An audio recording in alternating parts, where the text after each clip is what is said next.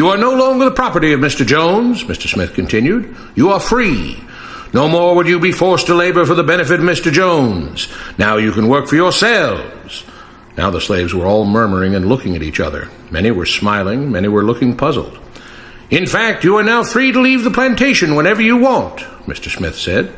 However, since we are surrounded by other plantations, if you leave, some other plantation owner will likely claim you as his own the moment you set foot on his property.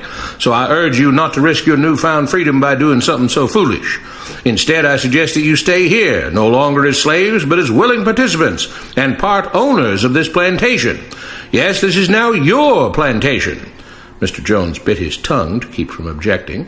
For now, we might as well leave Mr. Jones in charge, said Mr. Smith, since he is the only one with any experience at running a plantation, which is quite a complicated thing to manage. But he will no longer be your master, but just another worker on the plantation. In fact, he will now be using his organizational and management skills to serve you.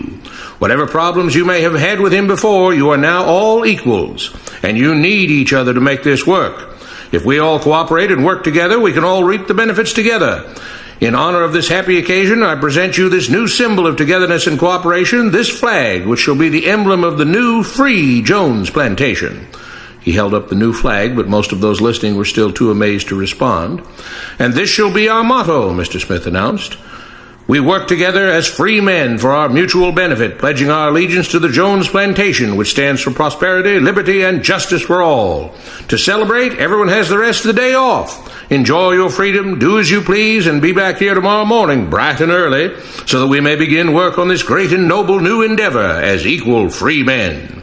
Finally convinced that Mr. Smith was serious, the former slaves applauded and cheered.